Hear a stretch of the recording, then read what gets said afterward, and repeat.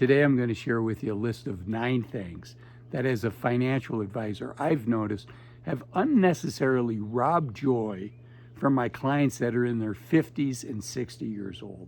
And it's probably one of the most important topics I can share with you because I want you to take full advantage of what I call the youth of your senior years.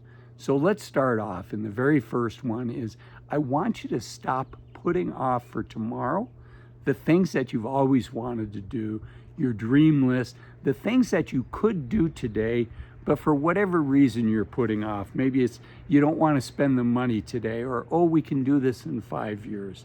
You know, none of us know how much time that we have. And there are certain adventures, there are certain things that are on our bucket list that are better done today than a decade from now. Right now, you're likely at your peak health, your peak mental acuity, and there's likely many, many things that you can do today that are going to be harder to do in a decade. So stop putting off for tomorrow what you can do today. Okay, number 2 is I want you to stop pretending to be somebody that maybe you're not.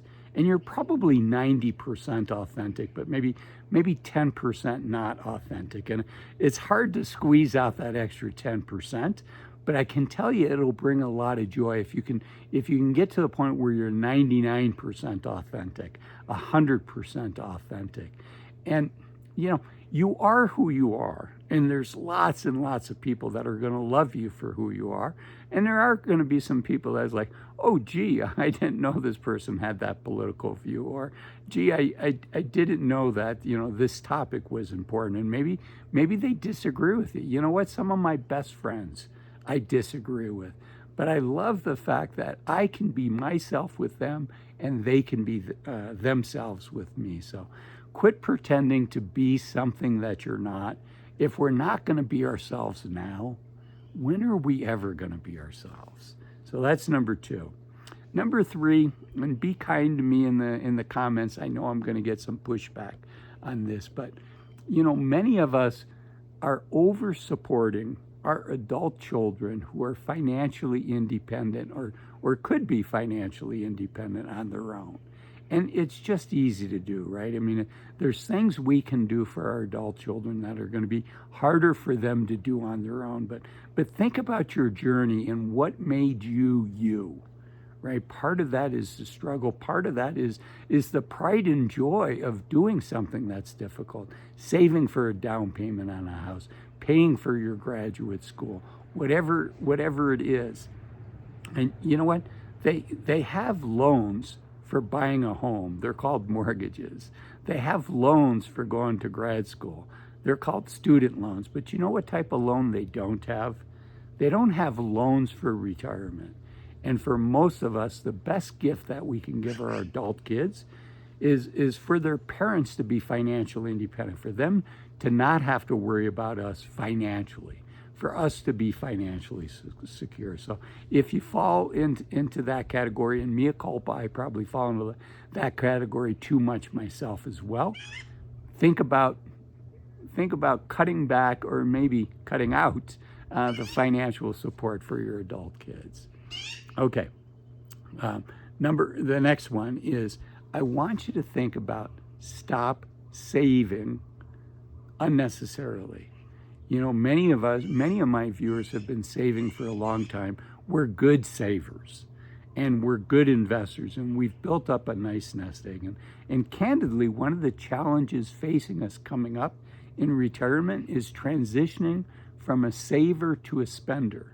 And one of the things that you can do to ease that transition is if you have a nice nest egg and there's things that you've wanted to do, but maybe you haven't wanted to invest the money, you haven't wanted to spend the money, I want you to think about, you know what, it's okay. If you've been saving 10, 15, 20% or more a year, think about maybe 1 year you don't save. Or instead of saving 20%, you save 10%. Or instead of saving 10% that year, you save 5%.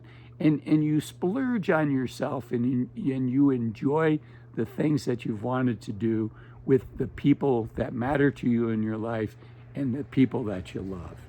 Okay, The next thing is I want you to think about, I want you to quit spending money, or think about quit spending money on things that don't bring you joy. And for many of us, that's going to include those cardboard boxes that show up 3, 4, 6, 7 days a week from our online purchases. From my experience, it's the experiences, it's the adventures, it's the relationships. So really think about looking back over the last couple months and looking at how you spent money and say, did this give me joy? And if it doesn't give you joy, maybe think about cutting it out. Yes, I'm saying to quit saving, maybe unnecessarily if you've done a good job of saving, but I'm also saying spend your money on the things that bring you joy and take the time to think through what are those items. Okay, the next one, and this is one that really, really is the thief of joy, and that's worrying, and that's anxiety. It's worrying about the things that we cannot control. I think it's fine to be concerned and to focus on the things that you can control, but there's a lot in life that we cannot control. And as a financial advisor, one of the things I see is people really stressing about how the stock market is doing. And yes, it has a big impact on, your retirement savings balances have a big impact on, am I getting close to quote unquote the number?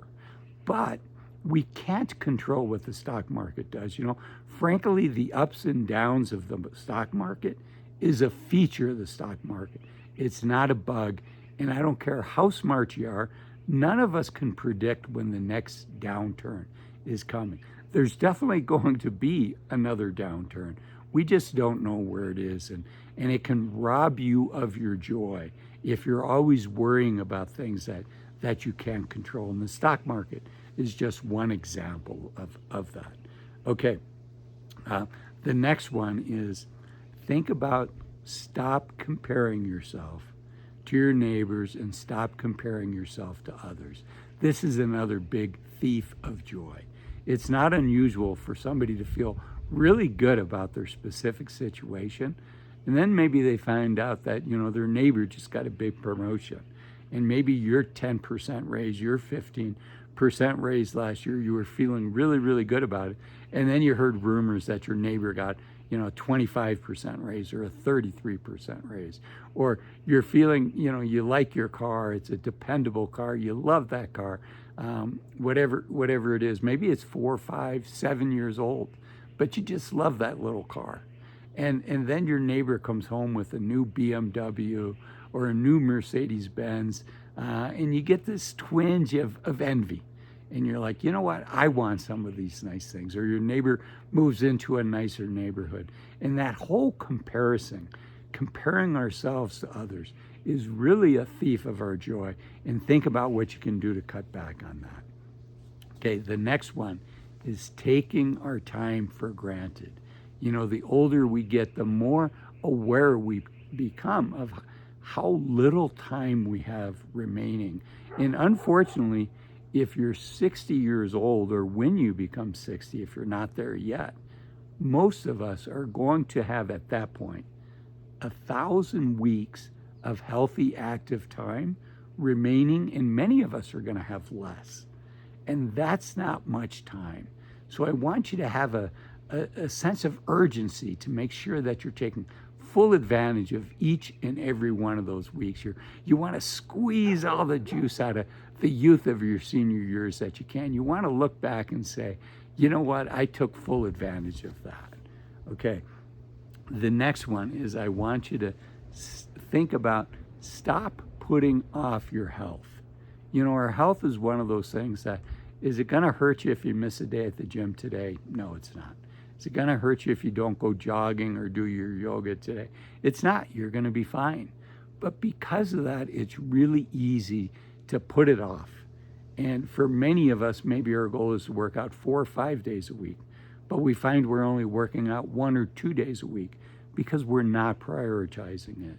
And as a financial advisor, having worked with hundreds of millionaires and knowing several billionaires as well, I can tell you at our age, our health is much more important than our wealth. I know a few very wealthy people that unfortunately are going through some health issues, and they would gladly exchange the vast majority of their wealth if they had a magic wand that could make them healthy again. But unfortunately, that doesn't exist for any of us. And not only would I like you to think about investing the time in your physical health and eating well and cooking and taking the time for that, but also your mental health. You know, we all go through challenges in life. We all have different things that we have to deal with. Full disclosure, and I've shared this before, you know, I've gone to years of therapy for some things that I've been working on. Fortunately, that was several decades ago. But every now and then I go in for a tune-up as well. And so if you have anything that's stealing the joy out of your life, that's making it hard to sleep, that's causing you anxiety or regret, think about working with a professional to optimize your mental health, to stay in as strong of a mental health place as you can. Okay, the next one, and this is a bonus. I said there'd be 9, so this is your first of a couple bonuses. The next one is, I want you to think about stop spending time with people that put us down.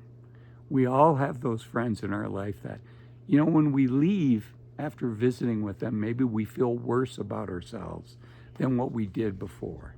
And why spend time with people like that? You know, maybe they're family, or maybe they're a long time friend, and it's hard to, you're probably not going to change that behavior. I have found if I'm candid with somebody and say, hey, when you say this, it makes me feel this way. You know, a lot of times they'll start to make an effort. Hey, I really don't like when you say that.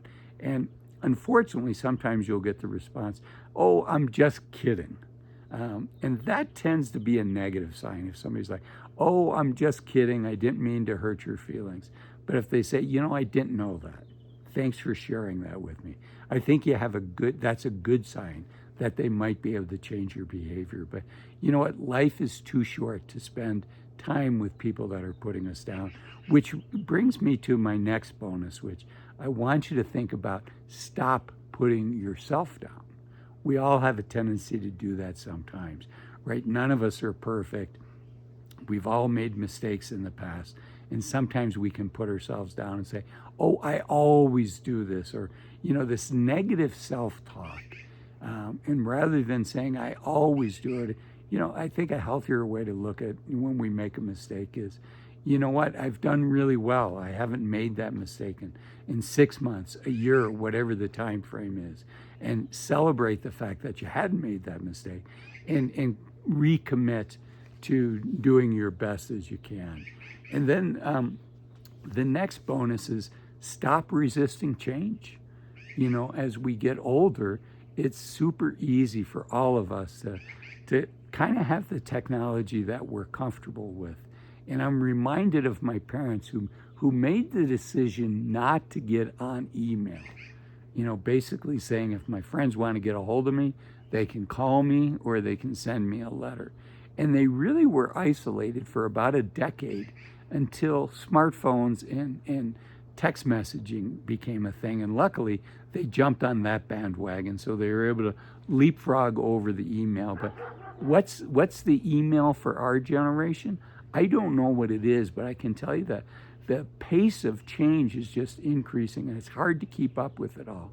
But I think it's worth the effort to keep up with the tools that allow us to communicate, particularly with our adult children, right? If they want to be on Snapchat, if they want to be on Twitter, if they want to be on Instagram, and they prefer we DM them there, then maybe we should do that. But anything related to communications that's popular with our kids or young people that we care about, I think we should strive to keep up with.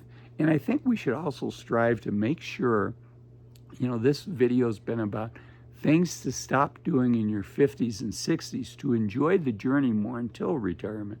But the decision on when you retire is super important, because you don't want to give away your healthiest, most active, most mentally acute years unnecessarily. And you don't want to look back and say, oh, I could have retired 5 years earlier, but I didn't. And that's why I made this video here. Why retiring at 65 is a big mistake. It's enormously popular. It's gotten over 600,000 views in its first month on YouTube. So I look forward to seeing you there. Thanks for watching this one. Bye-bye.